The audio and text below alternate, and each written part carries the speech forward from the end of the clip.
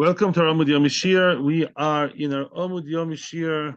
We mentioned already before the names of the soldiers and the people that we learned for. May Hashem quickly redeem all the people that are lolinu captivated in Gaza and bring us Mashiach very soon. So we are in Kiddushin. We're not involved with Mitzvah anymore. Kiddushin Daf Gimel Amud Beis in the bottom of the page. Today we started to say the Sental Moto Livrocha. So may this blessing, the Sental Moto, bring us bracha in everything and everywhere. Geula Shleima soon. Now we are recording. Just to remind everybody, we're already recording. Welcome to everybody in Avos Shalom. Please take your seats. Thank you, and welcome to people in Torah Anytime and in our YouTube channel. We are now in Gimel Amud Beis Kiddushin. At the very bottom of the page, I made a chart, which I'm going to share with you later on today. And basically, what we managed to do was to find all kinds of sources to all kinds of halachas to do with a naara. A naara is a girl who's between 12 and 12 and a half, and her rights are her father's rights, which means her father gets the rights over her Kiddushin, and we still don't know how. We still don't have a source for that. We're about to discover the source. Her Kiddushin are his, the Gittin are his, also the Nedoim. We found the source for Nedoim. We found the source for the Knas. If somebody seduces her or somebody rapes her, lo aleinu, he pays her payments. We saw the source for that too. By the way, I said something wrong in the previous year and I want to make a disclaimer and a correction. The source for the father receiving the money, the Knas, the 50 shekalim, for the horrible thing he did to the girl, that is not learned from V'chim Korishis Bitol Ama. That is learned from there's a special pasuk for that. There's a special pasuk for the Knas that says, V'nosan lavi hanaro. The honest mefate gives the father of the naira kamishim kesef. What we learned here is the fact that the girl, another one to the list is the fact that the girl, money that the girl earns on a regular basis. Let's say the girl works in a factory, the 12, or maybe she has her own business, I don't know, and she earns her own money, then that money goes to the father. How do you know that? That we learned from Ichi im kol ishes bita ama. A man may sell his daughter, and when she's little, when she's young, to an ama. What's the heckish between an ama and a girl and a daughter? Just like an ama, anything the ama produces, the maidservant, anything. Oh, she produces anything she produces. 1 second. Anything she produces comes to the father. So too goes to the father. So to a girl, anything she produces goes to the father. But we still don't know the source for Kiddushin, and soon we're going to get there. Finally, we're going to discover the source. What was the original source we wanted to use? What was the pasuk we wanted to use as a source to tell us that the Kiddushin, at least the Kiddushin with money, goes to the father and is under the father's auspices? What did we say? The Yotzachinam ein kesef. The Torah tells us about an Amma Hivriya, that once she leaves the Adon's domain, we're not talking about marriage. We're talking about two parallel stories. Let's talk about Rochel and Leah. Rochel is a maidservant. What does the Torah say? Once she is 12 years old, v'yotzachinam ein kesef. She goes free and for no money. The Odin doesn't get any money. So why does the Torah have to repeat twice? Chinam ein kesef. You're repeating yourself. It's redundant. Elamai. It's coming to tell me ein kesef lo'odin ze avlesh kesef lo'odin acher. This master, once she leaves the master, even if he bought her yesterday for $10 million, which was foolish of him, and now he has to release her, that Odin doesn't get any compensation. Once she's 12, she reached some kind of puberty, 2 hairs, she's out of sight, out of touch, that's it, she doesn't work for him automatically. That is only this master. But another master, which one? The father, once she leaves the father's domain, by what? By getting married, by having Kiddushin, then there is money.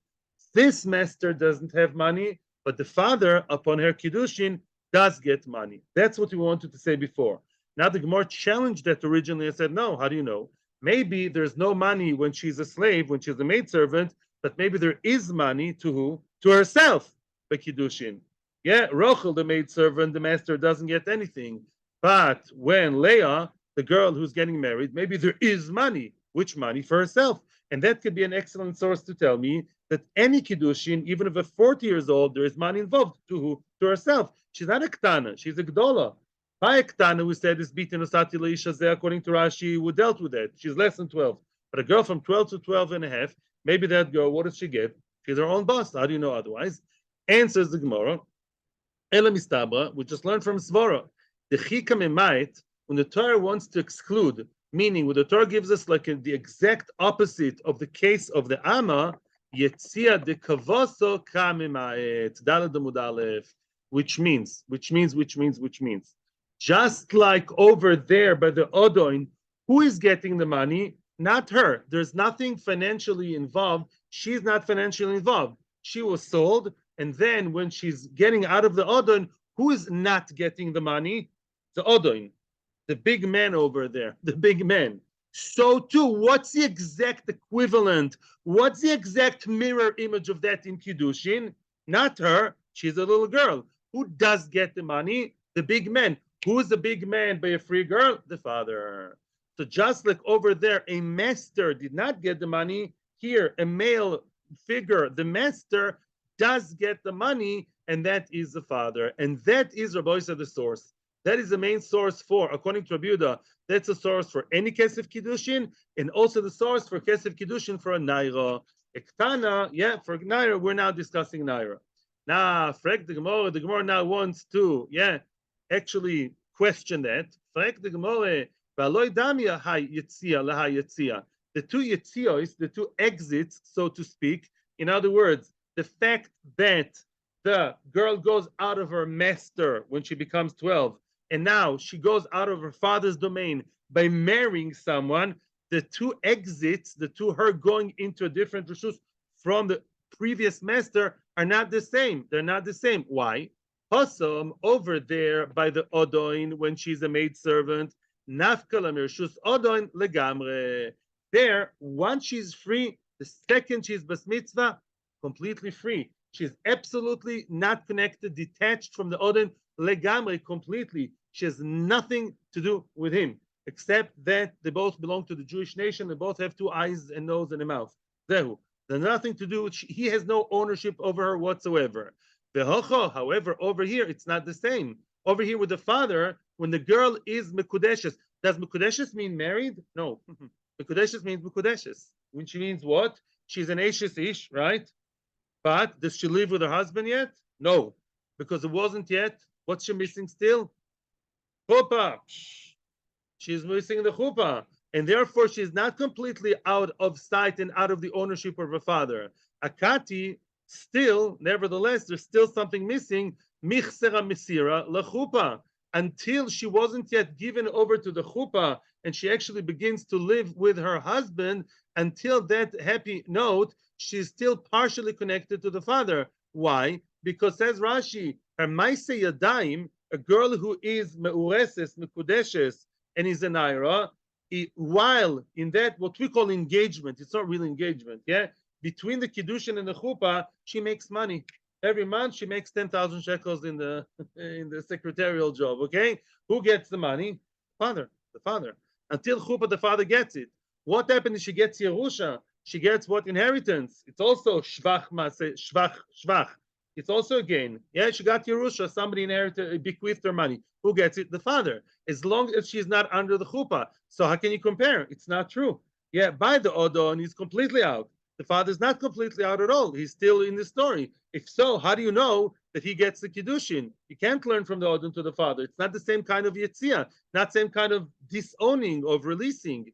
Answers the Gemara, no, there's one point there, the father is out, he's partially out. When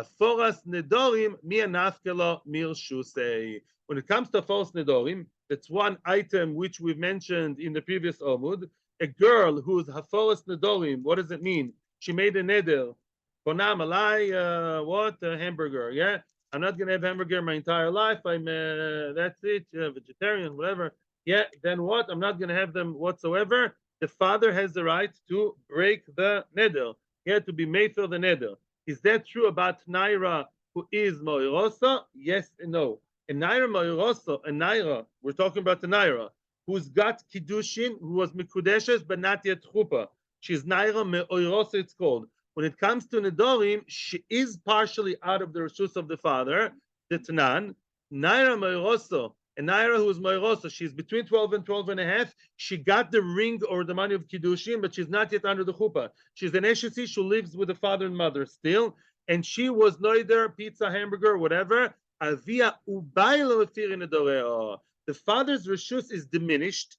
The father's reshus is partially removed because up until she was a Naira Me'oirosa, up until her Kiddushin, he was the one and only person in the world that could break her vow. Now that the husband is there lurking in the corner, is not really yet her husband. He's half husband, half chosen. Yeah, it's between Kiddushin and Chuppah.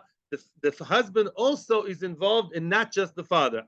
So we see that there is a certain point here, there's a certain nekuda that Kiddushin did take away the naira from her father, similarly to the naira who got out of the reshus of the master. So let's summarize. The maskana of Kiddushin is one and only and clear. Yeah, let's forget now, according to Shat of many Rishonim, we're not discussing now Isbitin Usati L'Ishazeh. The source of Kiddushin is the fact that Ein Kesef L'Odo Im Zeh.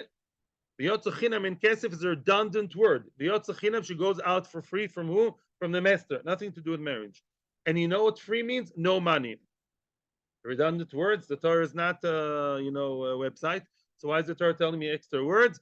To tell me, to stress and say, this master doesn't get any money when she leaves him. No compensation.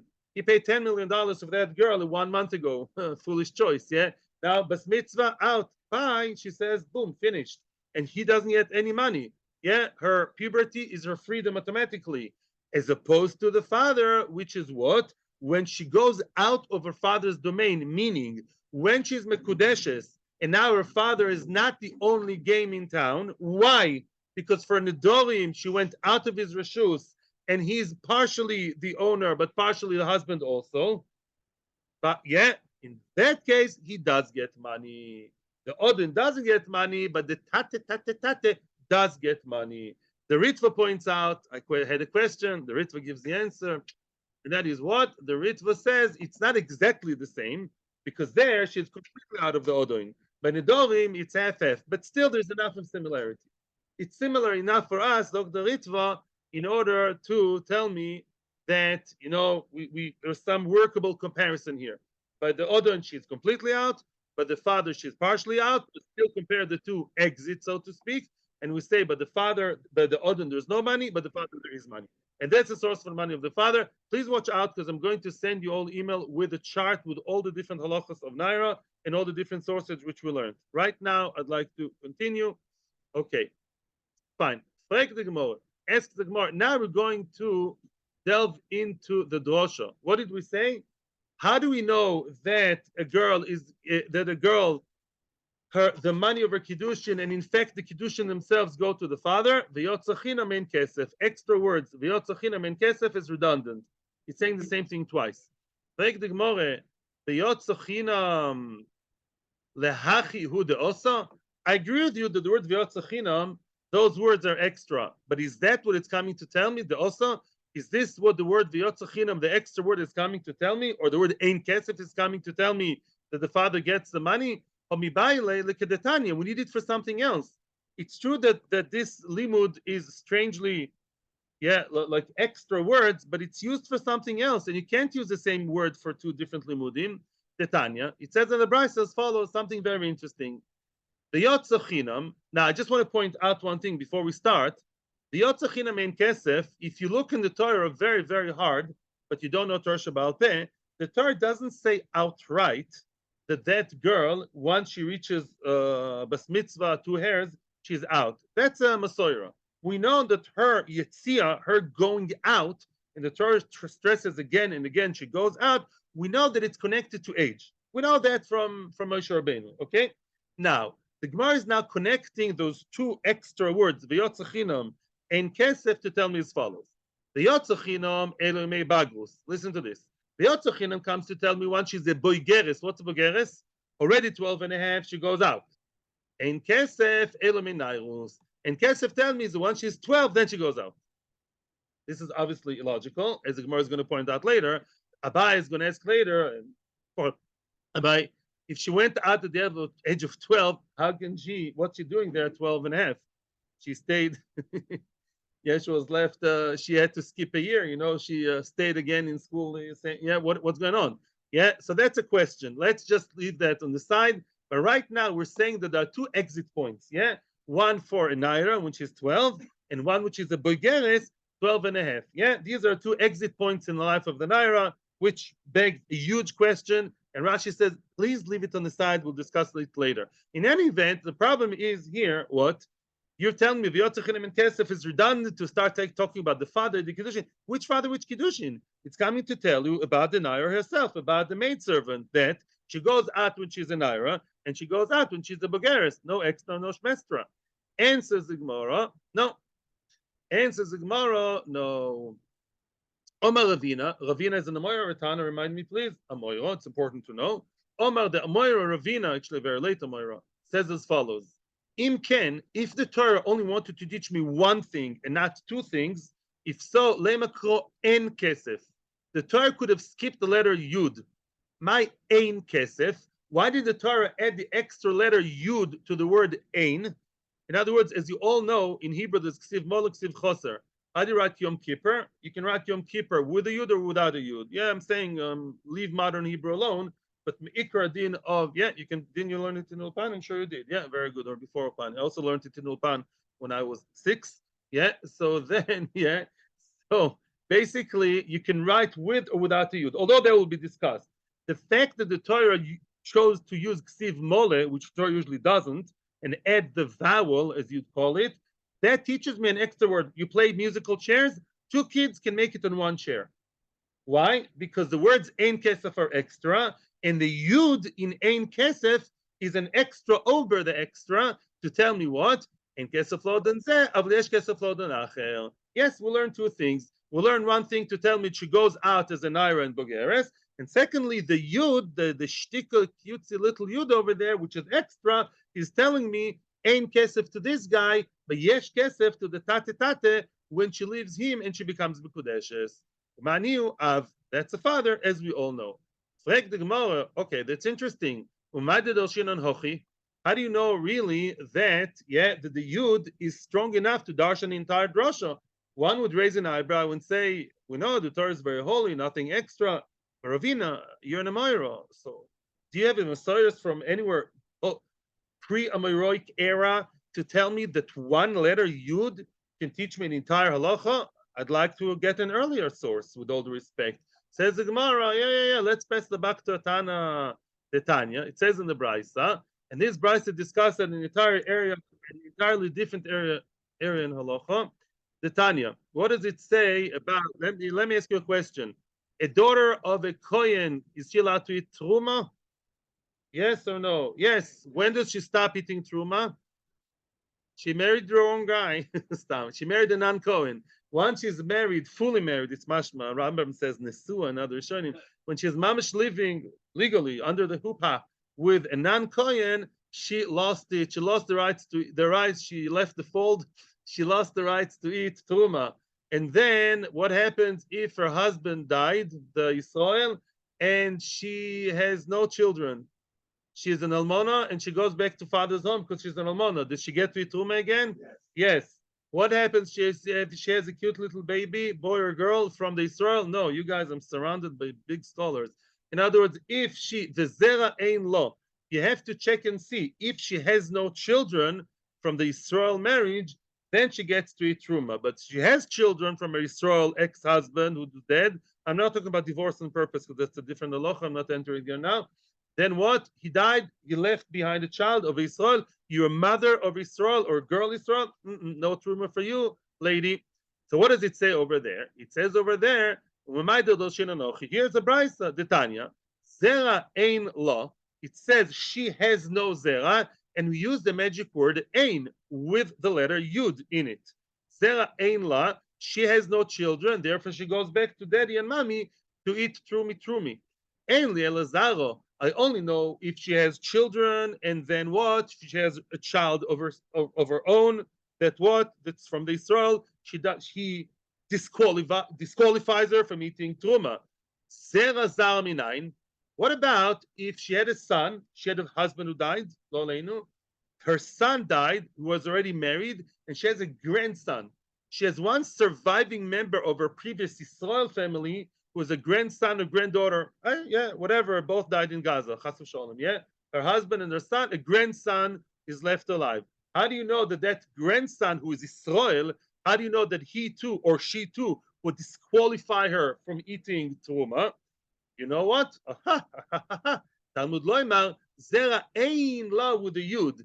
And there we even have a nicer pshat, ayin lo. The letter yud makes you kind of, it alludes to the letter, to the word ayin. What does it mean ayin? Iyun, you learned iyun? Not right now. Yeah, what's iyun? To go deep, to delve deep, yeah, in depth, yeah.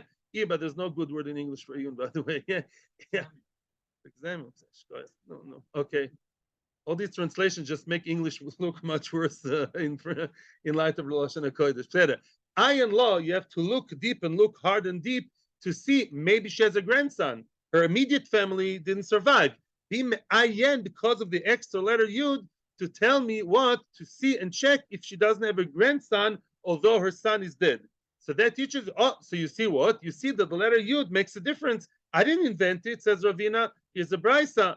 Frag the Gemara, questions will be welcome in about 2-3 minutes from now. Frag the Gemara, not frag the Gemara, the brisa now comes to continue with another halacha. The Enli Lazera kosher. I only know that she doesn't get to eat Terumah if she has kosher children from her surviving children from her dead husband Israel.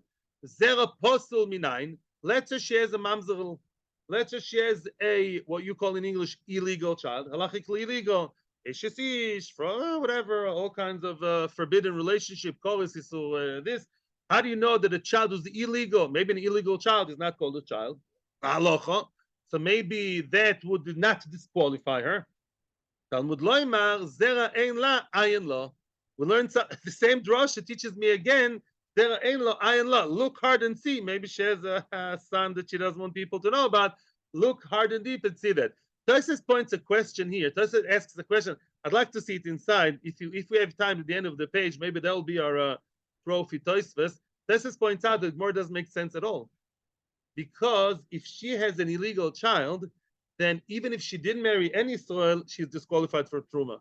Let's say there's a daughter of a Cohen. She's not thinking of marriage at all. She's 16 years old. She went to the festival and she dates a guy. And she dates him very seriously. So that Bas Cohen was really, really in relationship with a guy, very nice guy, Tim McKenzie's son, yeah? So then what? And they're together in relationship. So then what? She doesn't eat Terumah. Because a woman who's niv'al to somebody who is forbidden for her is what? Is a zoino. Halachically, she's called a zoino. And it could be a very nice person, whatever, should yeshuva, lam shaneh. But the fact is that she had forbidden relationship to the level of isur chasness, she's a zoino. So anyhow, she's disqualified from Terumah. So why are you saying the same thing twice? Anyhow, she's disqualified. And says Tosfos, no. She's a kosher woman, tichel down to here. But she has a grandson, mamzer. Very good.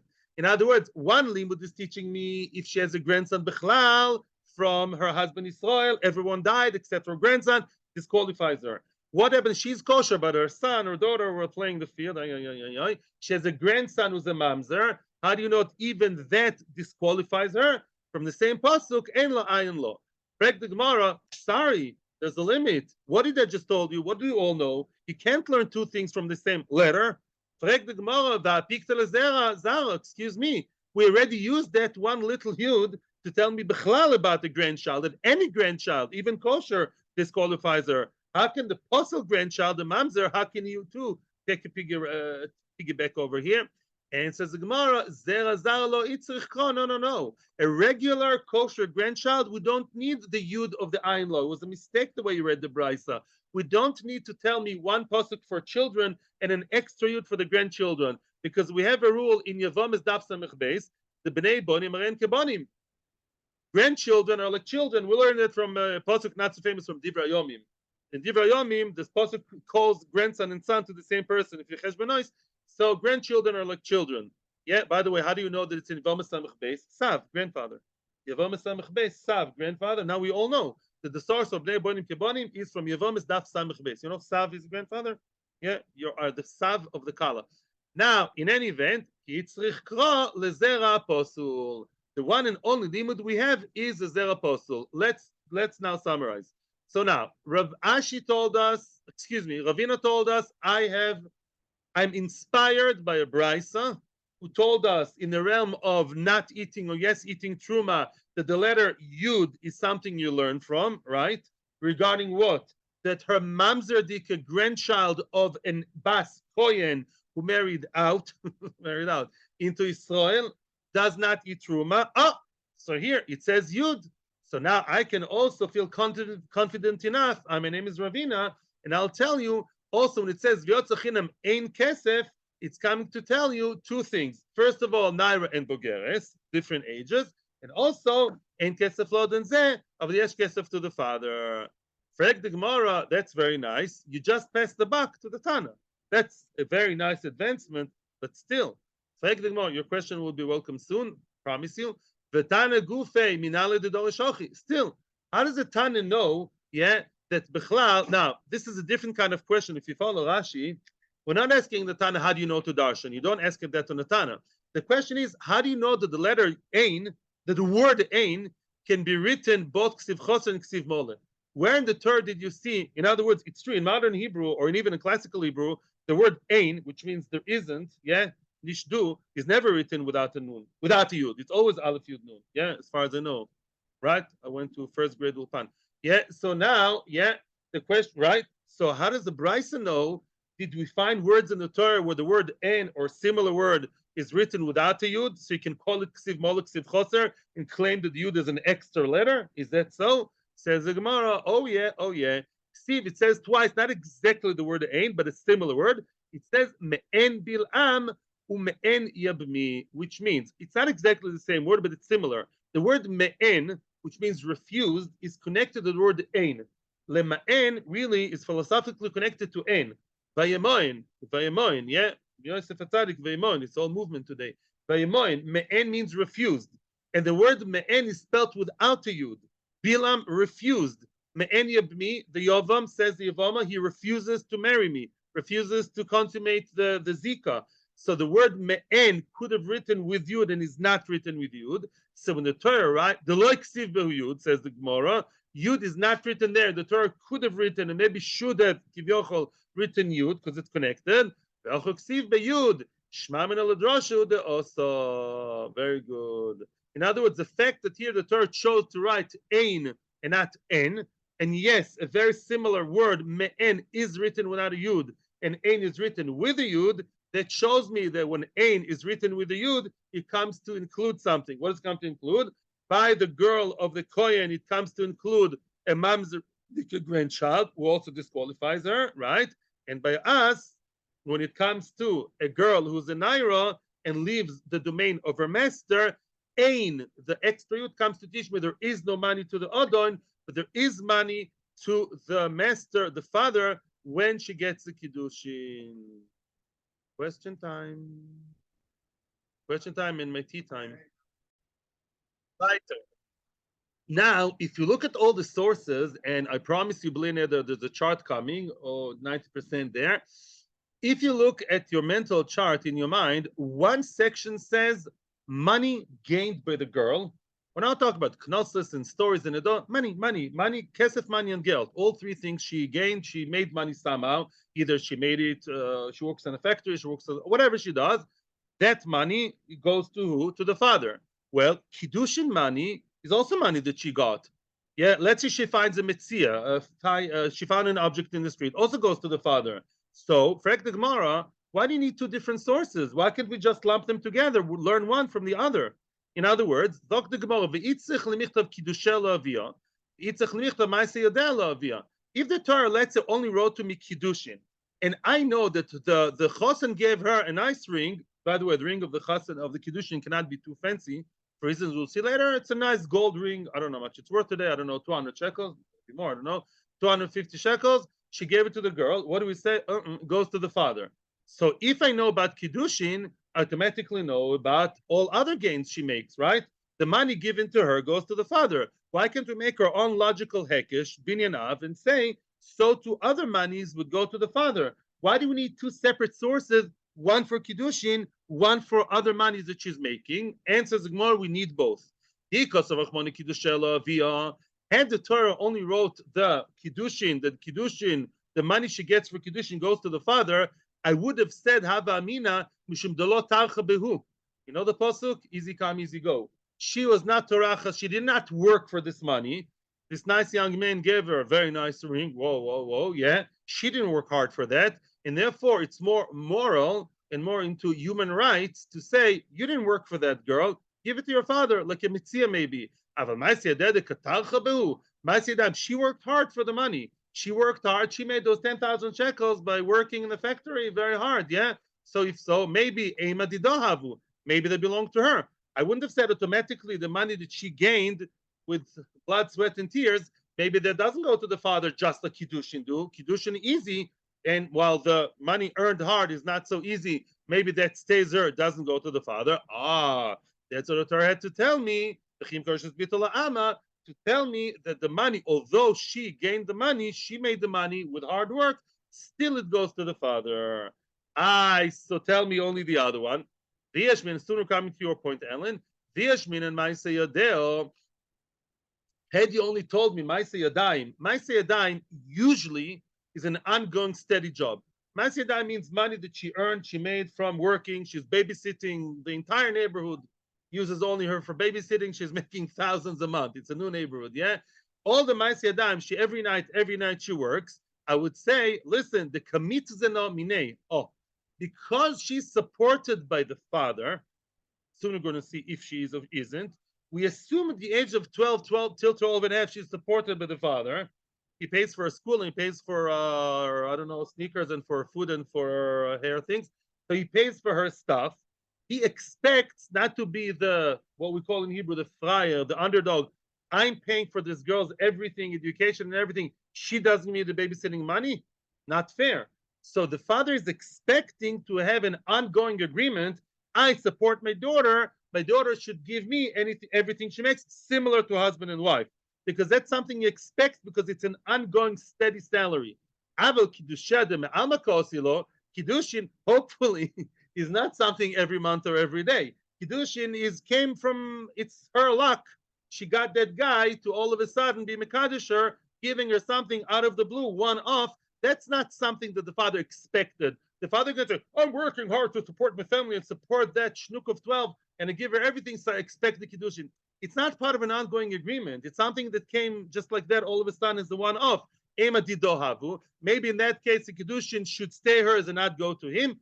Sricha. That's when we need both psukim. Each pasuk has a pro and a con. Each one, the Kiddushin and the Maaseh Yadayim, the Torah needs, for the reasons we just explained, both of them. The Torah has to tell me that both Kiddushin, which is a one-off thing, and the steady hard work of the girl, if you notice I'm saying a lot here, steady and hard work, pro and con, all of them go to the father, whether or not she likes it or not. That's the agreement prescribed by the Torah. The Torah has to tell me that. Regarding the father supporting his daughter over the age of 12, I was very, very, very happy.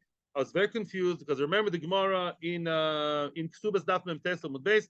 In Tes Amud Beis, the Gemara says that a takonet midoraisa, a husband or meikar adin husband, the father is only supposed to support his children till the age of 6, as part of the woman's ksuba. Once the children are 6, you can tell them go out and work. Yeah, you can go entertain people. You can teach other kids how to play ball. You can just manage on your own. It would not be a bad idea in my opinion.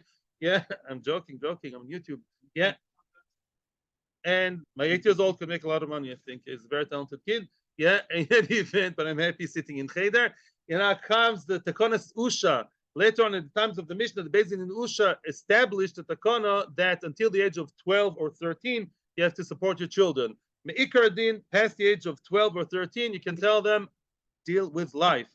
Yeah, you can tell your teenagers, yeah, you have so many claims about your parents being out of touch with reality. Great. They can be also out of touch with your money. Support yourself and I'll support myself.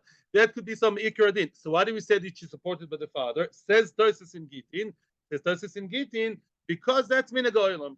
Since Lamaitz it's accepted to also support your son or daughter till later, and actually there is a later takana to support them until they reach Chbeis Chasana or until the age of 18 or 20. I don't remember the details, but there is such a thing in halacha to support your children till a later age. That's not the issue now, so please don't ask questions. But the Maaseh Tosha says even it's not mehalacha.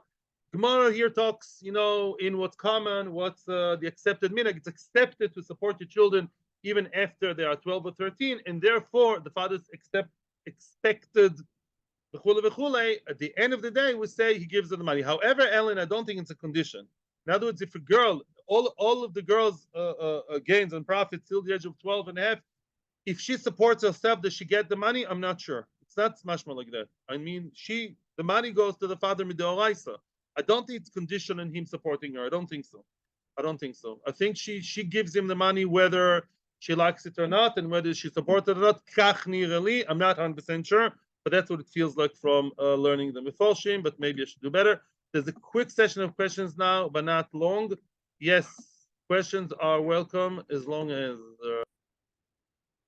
I'm just summarizing again to make it clear. Kiddush Ktana and Naira work as follows.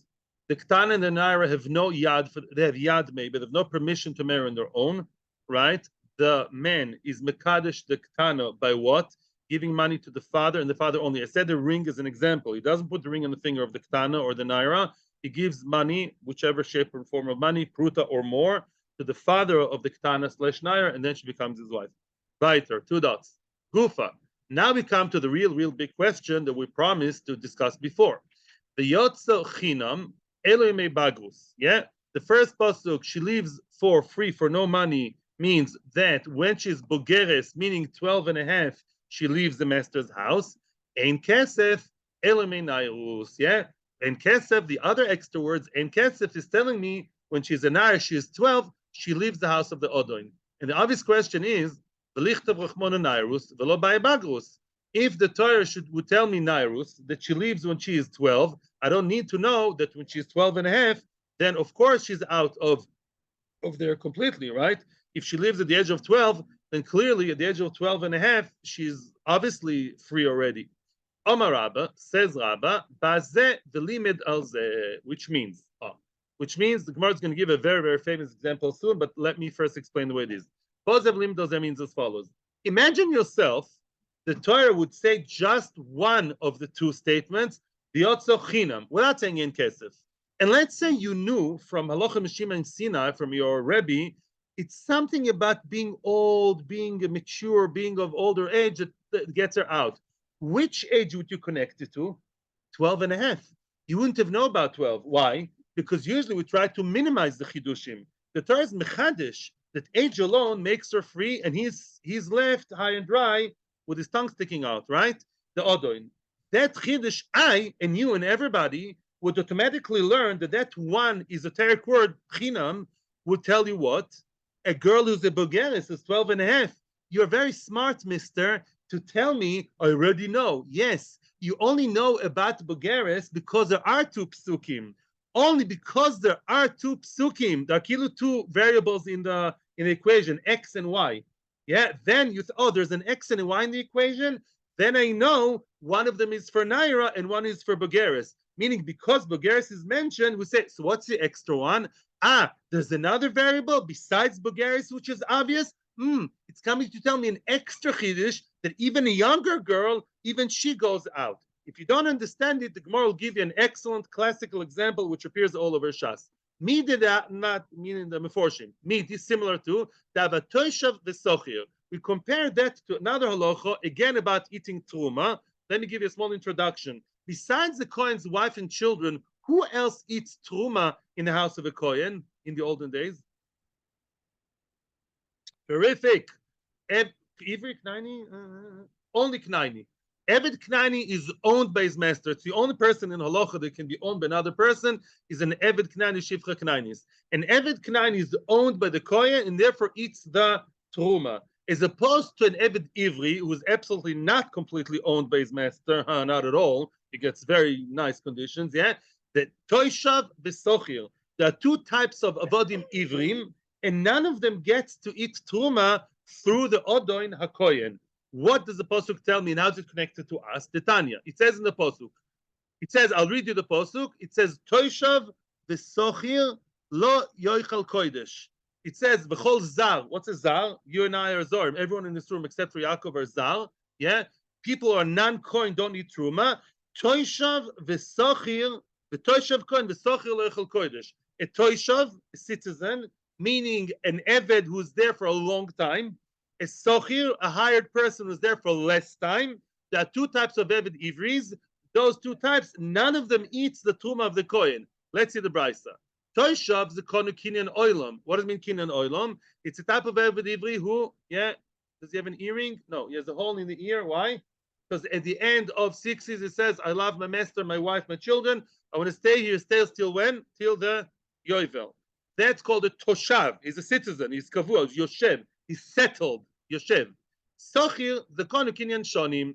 And the sochir is the regular guy who is there till when? 6 years. Not so crazy about the arrangement.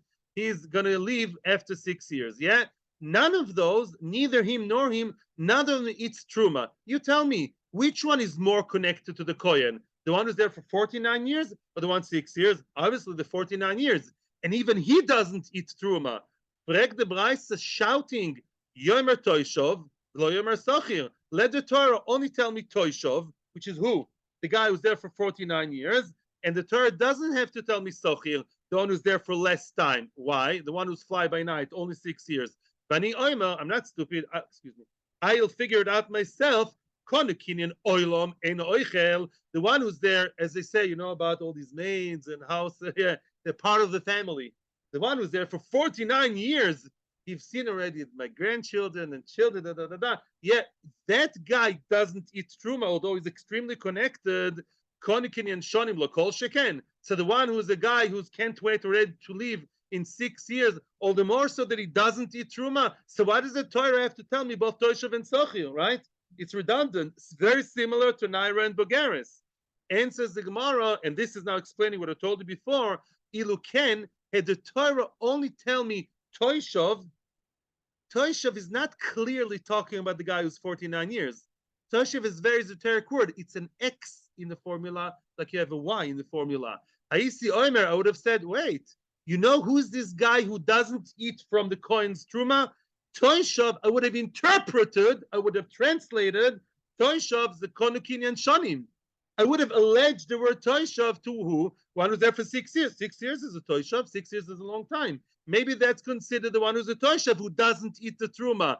Aval Konukin in Oilam. Oh, had I not known from the Psukim, I would have said the Kinyan Oilam, which is 49 years. Oichel, of course he eats Terumah. He's part of the family Mamish.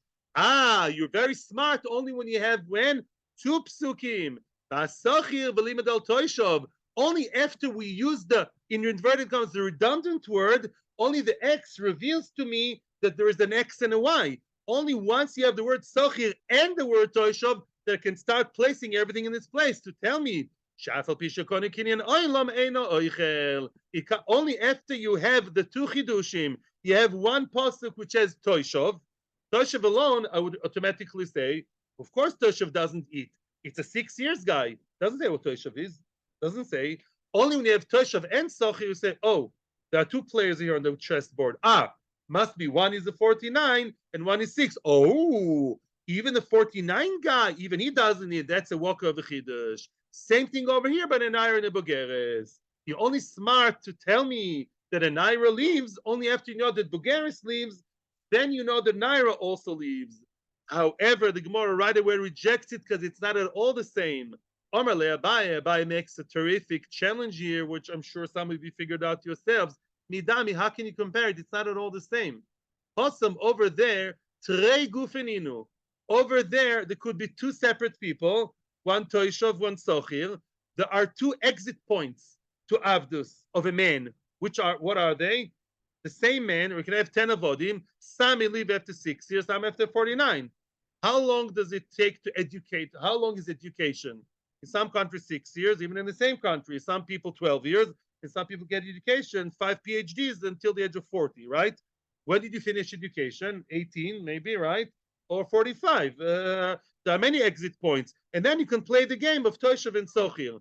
Aval dechinami kosav v'chmono Toishav, even when the Torah told me Toishav, nirtza lo yoichal, V'adal kosav idach, even if the Torah would have written nirtza mefurash, even if the Torah would have specified and right, the nirtza, the 49 guy that doesn't eat, v'adal kosav idach, and even the Torah would have told me, you know what, outright, 49 doesn't eat, and the 6th guy doesn't eat. They're two separate people.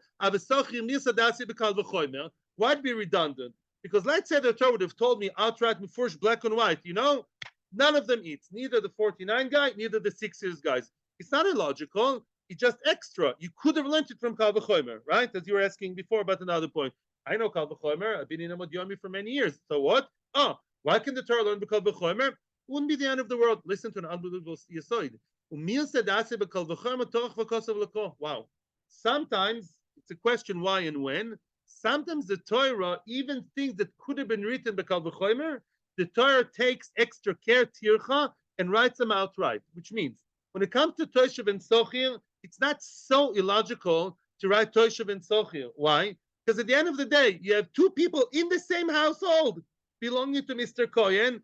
This guy is here for 6 years and about to leave, and one of them is here for 49 years. They both live together. They're both under the same household, same in the avodim staff.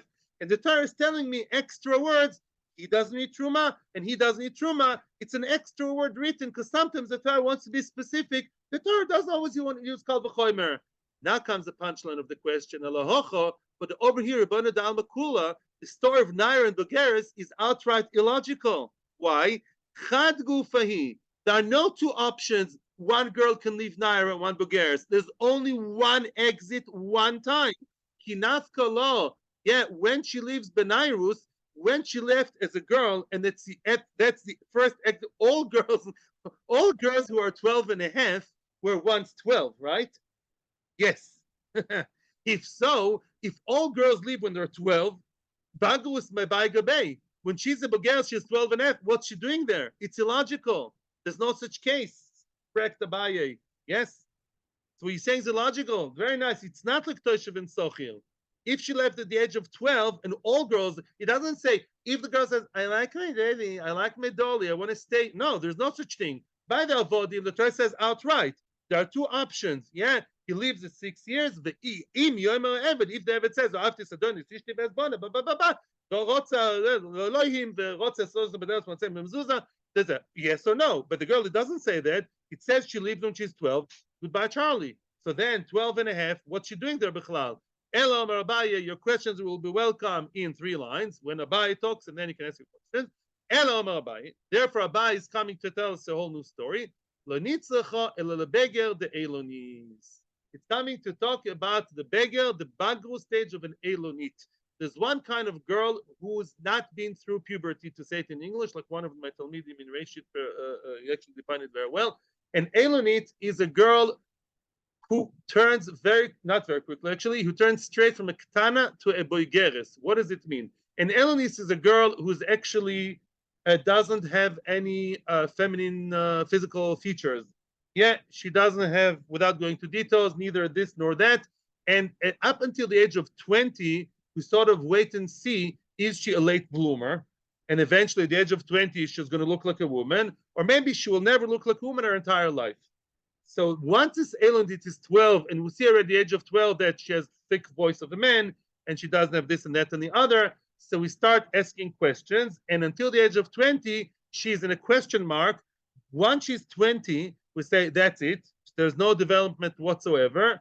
We retroactively see her from the age of 12. She was katana till the age of 12, because it has nothing to do with puberty, it's just a state. The age of 12, she was a katana, right? Then shtei sires, could be she has hair. And then till the age of between 12 and 20, she became from the age of 12, she became a bogeres, because nothing better is going to happen. So she's technically a bogeres. We stempel her, we define her as bogeres at the age of 12, and therefore such a girl in Elonis, when does she leave her master's house? When she's 20. That's what Rashi says. Rambam is not so clear, so the Rambam and Lichor the same. Once we know that an Elonis is a bogeres, how do we know that? Mazel tov, from our pasuk. There are 2 girls. One of them, or 99% of them, left the Od at the age of 12. The Elonis, we can see no 2 hairs, if that's pshat. no this, no that. She's waiting till the age of 20. Retrospectively, she only the age of 20 leaves the master's house. If you want to get a good worker, get an Elonist. You get her to the age of 20. And the Gemara is now elaborating. I would have said, maybe she should leave as a naira, not as a bogeres. Who? The Elonist. Maybe the Elonist, which really doesn't have nairus, but maybe the Elonist is like any other girl. Let's just make, cut-off point, the age of 12, let her out. Who cares? Elonist, not Elonist. That's it. Bum. She's bas mitzvah, out. Kamashmala, no. By Bagrus, she goes out. By her, there is no nairus, technically, physically. So the Bugeros lives at, the Elonist lives in Bagrus. And that's very good. So Rabbi got out of trouble himself. He answered his own question. And he says that's not a kal v'chomer, not at all. These are two. I'm not saying it's a kal v'chomer. There could be two, just like the Toshav and Sochir, 6 years and 49 years can live together. Here too, he has two shvachos. One is a normal girl; she lives when she's 12, and the other girl who's not becoming really 12, so to speak, she lives at the age of 20 because she's an Elonist, and the two can coexist. This is what we say. Oh, we got a good point. Now we're going to have another askafta of Mar Baravashi, and that will be Mirz Hashem tomorrow. And hopefully the Gulash name will come soon. Thank you to everybody here in the room. I'm getting your questions soon. And thank you to everybody in Torah Anytime and in our YouTube channel. And may we see the Gula very soon and your questions even sooner. And tomorrow, charts are coming. Yes. Good day.